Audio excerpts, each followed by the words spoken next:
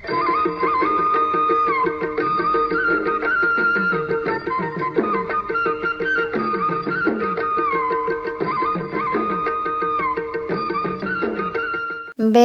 కథ. ప్రతీకార వాంఛ. పట్టువదలని విక్రమార్కుడు చెట్టు వద్దకు తిరిగి వెళ్ళి చెట్టుపై నుంచి శవాన్ని దించి ఎప్పటిలాగే మౌనంగా శ్మశానం కేసి నడవసాగాడు.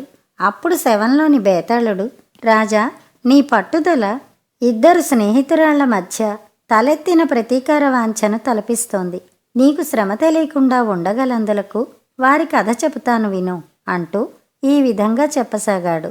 పూర్వం దండకారణ్యానికి దక్షిణాన ఒక నగరంలో మాలతి, మాధవి అనే ఇద్దరు కన్యలుండేవారు. వారిద్దరూ ఇరుగు పొరుగు ఇళ్లలో పుట్టి పెరగడమే కాక ఒకే రోజున పుట్టడంతో అక్కా చెల్లెళ్లలాగా కలిసిమెలిసి పెరిగారు. యుక్త వయసు వచ్చేసరికి వారిద్దరూ అందమైన వారుగా తయారయ్యారు. పెళ్లి చేసుకునేటప్పుడు తామిరువురు ఒకే కుటుంబానికి చెందిన సమవయస్కులనే వివాహమాడాలని నిశ్చయించుకున్నారు.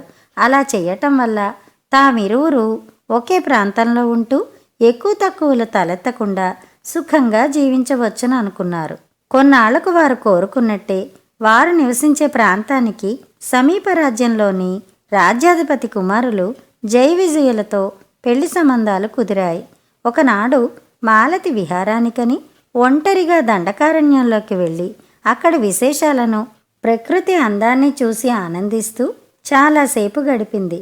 అలా తిరుగుతూ ఉండగా ఆమె ఒక అపరిచిత ప్రదేశంలో ఉన్న పాడుపడిన శివాలయాన్ని, దాని ఎదుట ధ్యానం చేసుకుంటున్న ఒక సాధువును చూసింది. ఆయనకు భక్తితో నమస్కారం చేసింది.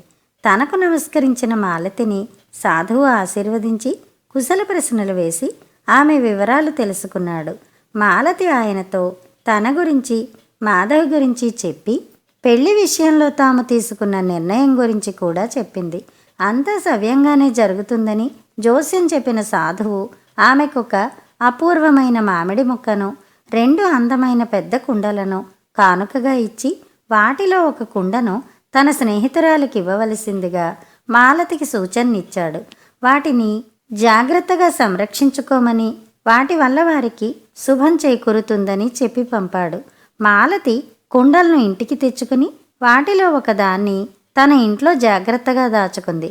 2వ కుండను సాధువు సలహా ప్రకారం మాధవికిచ్చింది. సాధువు చెప్పినట్టుగా త్వరలోనే 2 వివాహాలు ఒకే ముహూర్తానికి జరిగాయి. జయుడితో మాలతికి, విజయుడితో మాధవికి వైభవంగా పెళ్లిళ్లు జరిగాయి. ఇరువురు పక్కపక్కనే ఉన్న గృహాల్లో స్థిరపడి సుఖంగా జీవించసాగారు. మాలతి తాను తెచ్చుకున్న మామిడి మొక్కను తన పెరడులో జాగ్రత్తగా నాటి సాధువిచ్చిన కుండతో నీళ్లు నింపి దానికి పోస్తూ శ్రద్ధగా పెంచసాగింది. మాధవి దగ్గరున్న కుండ మాత్రం ప్రమాదవశాత్తు దెబ్బతినడంతో దాని కింది భాగం విరిగిపోయింది. అది చూసి బాధపడిన మాలతి మిగిలిన పెంకును జాగ్రత్తగా దాచమని తన స్నేహితురాలికి సలహా ఇచ్చింది. కొన్నాళ్లకు మామిడి మొక్క మరింతగా ఎదగడంతో దాని సంరక్షణకు ఇబ్బందులు కలగసాగాయి.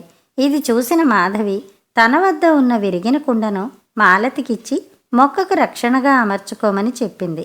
అందుకు సంతోషంగా అంగీకరించిన మాలతి కుండ పెంకును తన మొక్క చుట్టూ నిలిచే విధంగా మట్టిలో బలంగా పాతిపెట్టింది.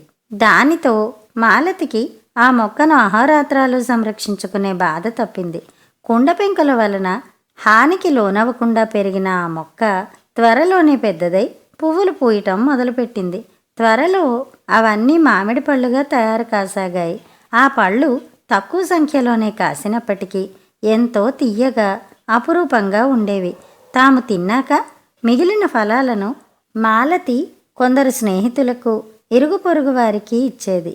రుచిగా ఉండడమే కాక వాటిలో మంచి ఔషధ గుణాలు కూడా ఉన్నాయనే నమ్మకం కలగడంతో అవేవో దివ్య ఫలాలని భావించి ప్రజలందరూ వాటి కోసం ఎగబడసాగారు. అయితే అడిగిన వారందరికీ ఇవ్వగలిగినన్ని పళ్ళు ఏనాడు ఉండేవి కావు. అపూర్వమైన ఈ మామిడి పళ్ళ కోసం దూర ప్రాంతాల వారు కూడా బారులు కట్టసాగారు. మాలతికి ధనాశ ఏమీ లేనప్పటికీ ఈ కారణంగా త్వరలోనే అనుకోకుండానే ఆమెకు క్రమంగా ఆదాయం పెరగసాగింది. పొరుగునే ఉండి ఇదంతా గమనిస్తున్న మాధవికి మొదట్లో సంతోషం అనిపించినప్పటికీ రాను రాను మాలతి అంటే అసూయ కలగసాగింది. మొక్క విషయంలో మాధవికి ఎటువంటి అధికారము లేకపోయినప్పటికీ అది పెరగడానికి తాను కూడా సహాయపడ్డాననే సంగతి ఆమె మరవలేకపోయింది. ఎందుకంటే మొక్కకు రక్షణగా తాను గనక కుండ పెంకును ఇవ్వకపోయి ఉంటే మాలతికి ఇంతటి లాభాలు కలిగి ఉండేవి కావు కదా అన్న ఆలోచన ఆమె మెదడులో కలకలం రేపసాగింది.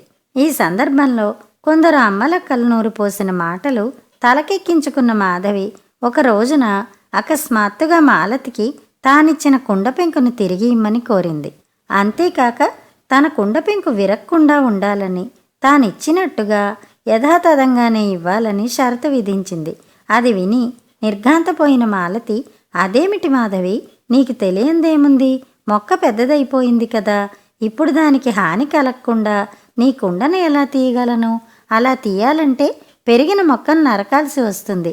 అయినా పగిలిపోయిన కుండ పెంకు వల్ల నీకు మాత్రం ఉపయోగమేముంటుంది? మరేదైనా ఇస్తాను కోరుకో అని ఎంతో ప్రాధేయపడింది. మాధవి ఎంత చెప్పినా వినక తాను కోరినట్టుగానే చెయ్యాలని భీష్మించుకుంది. మాధవికి కుండ పెంకుల వల్ల నిజంగా ఉపయోగమేమీ లేదని, కేవలం అసూయతో కక్ష సాధించడానికే ఇటువంటి కోరిక కోరిందని మాలతికి అర్థమైంది. ఈ విషయంలో మాధవి తన భర్త విజయుడి మాట కూడా వినిపించుకోలేదు.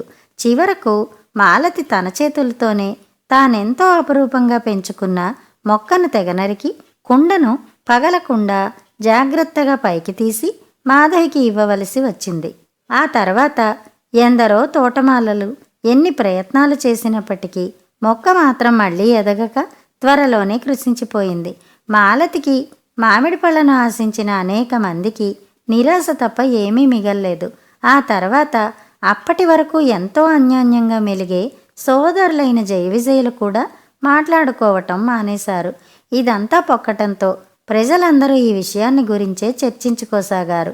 కొందరు మాలతి పట్ల సానుభూతి ప్రకటించగా, మరికొందరు మాధవి తన వస్తువును తాను మళ్ళీ అడిగి తీసుకోవటంలో తప్పేమీ లేదని అభిప్రాయపడ్డారు. అయితే మాలతి మాత్రం మాధవితో ఎప్పటిలాగే మామూలుగానే ప్రవర్తించసాగింది. త్వరలోనే మాధవి గర్భవతి అయి ఒక అందమైన ఆడపిల్లను కన్నది. ఇరుగు పొరుగు ఇంటిల్లిపాది అందరూ సంతోషించారు. తన స్నేహితురాలి బిడ్డ మెడలో మాలతి ఒక అందమైన బంగారు గొలుసును బహుకరించింది. అది చూసి మాధవితో పాటుగా అందరూ ఆనందించారు. ఆ పిల్లకు మాళవిక అని పేరు పెట్టుకున్నారు. 10 ఏళ్లు గడిచాయి. మాలతి ఇచ్చిన హారం మహిమ ఏమిటో గాని మాళవిక మెడలో నుంచి దాన్ని ఎవరూ తీయటానికి సాహసించలేదు. చక్కటి రూపంతోనూ తెలివితేటలతోనూ మాళవిక పెద్దదయింది. ఆ గొలుసుకు కొక్కెం వంటిదేదీ లేదు. దాన్ని మెడలో వేసుకోవటానికైనా తీసేయటానికైనా తలపై నుంచే వీలవుతుంది. పసిపిల్లగా ఉన్నప్పుడు అలా చెయ్యడం సాధ్యమయ్యేది. కానీ మాళవిక పెద్దదయ్యాక ఆ హారం ఆమె తల పరిమాణంతో పోలిస్తే చిన్నదిగా ఉండడంతో దాన్ని తీసి పక్కన పెట్టే ఆలోచన మానుకోవలసి వచ్చింది. ఈ కారణంగా అహోరాత్రాలు ఆ హారం ఆమె మెడలోనే మెరుస్తూ ఉండేది.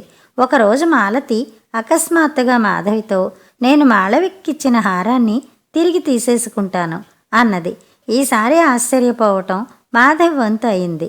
మాళవిక పెద్దదైపోవడంతో చిన్నదిగా ఉన్న ఆ హారాన్ని ఉన్న పళంగా ఆమె మెడ నుంచి తొలగించడం సాధ్యం కాదని తేలింది.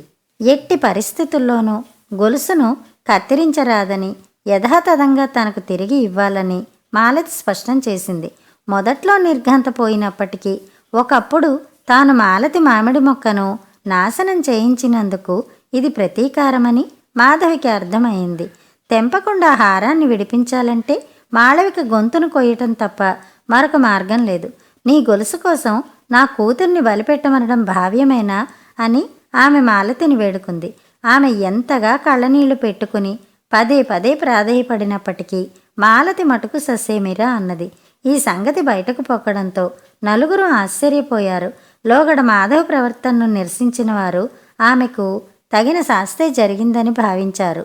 ఇతరులకు మాత్రం మాలతి తన హారం కోసం ఒక నిండు ప్రాణాన్ని, అందులోనూ ఒక చిన్నపిల్లను బలి కోరడం ఘోరమని అభిప్రాయపడ్డారు.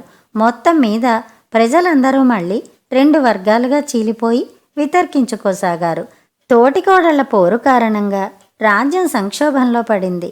ఆఖరికి దీన్ని గురించిన నిర్ణయం పాలకులిద్దరిలోనూ పెద్దవాడైన జయుడికే వదిలిపెట్టాలని అందరూ నిర్ణయించారు. బేతాళుడు ఇంతవరకు కథ చెప్పి, రాజా, జయుడు ఈ సంక్లిష్ట సమస్యకు సంబంధించి ఏ రకమైన తీర్పు చెప్పి ఉంటాడు? తన భార్య మాలతికి జరిగిన అన్యాయానికి ప్రతీకారం తీర్చుకోవటానికే నిశ్చయించుకున్నాడా, లేక తమ్ముడి కూతురు గురించి దయాగుణం ప్రదర్శించాడా? ఈ ప్రశ్నకు సమాధానం తెలిసి కూడా చెప్పకపోయావో నీ తల 1000 చెక్కలవుతుంది అన్నాడు. దానికి విక్రమార్కుడు, నీవు చెప్పిన వాటిలో ఏ ఒక్కటి కాదు. జయుడు వ్యక్తిగత భావావేశాల కన్నా తమ సంస్థానం సంక్షేమాన్నే దృష్టిలో పెట్టుకుని వ్యవహరించి ఉంటాడు. వ్యక్తులుగా మాలతికి మాధవికి మధ్య రేగిన చిచ్చు అప్పటికే ప్రజల మధ్య అభిప్రాయ భేదాలకు కారణమైంది. దానికి త్వరలోని స్వస్తి చెప్పకపోయినట్టయితే రాజకుటుంబాల మధ్య పొడచూపిన ఈ ప్రతీకార వాంఛకు అంతు ఉండదు. ఒక దాని వెంట ఒకటిగా ఎడతెగక కొనసాగే ఇలాంటి స్పర్ధల మూలంగా తమ తండ్రి తమకు అప్పగించిన పాలనాధికారం తొందరలోనే నిష్ఫలమవుతుందని జయుడు గ్రహించి ఉంటాడు. అందుచేత అతను తన కుటుంబంలోనే మార్పు వచ్చేలా మాలతికి నచ్చచెప్పి మాళవిక మెడలోని హారానికి బదులుగా అటువంటిదే మరొకటి చేయించి ఆమెకి ఇప్పించి ఉంటాడు. ఆ విధంగా మాలతి మాధవుల మధ్య ఈ ప్రతీకార వాంఛ శాశ్వతంగా సమసిపోయి ఉంటుంది అన్నాడు. రాజుకు ఈ విధంగా మౌనభంగం కలగ్గానే బేతాళుడు శవంతో సహా మాయమై మళ్ళీ చిట్టెక్కాడు. కథ కంచికి, మనం ఇంటికి.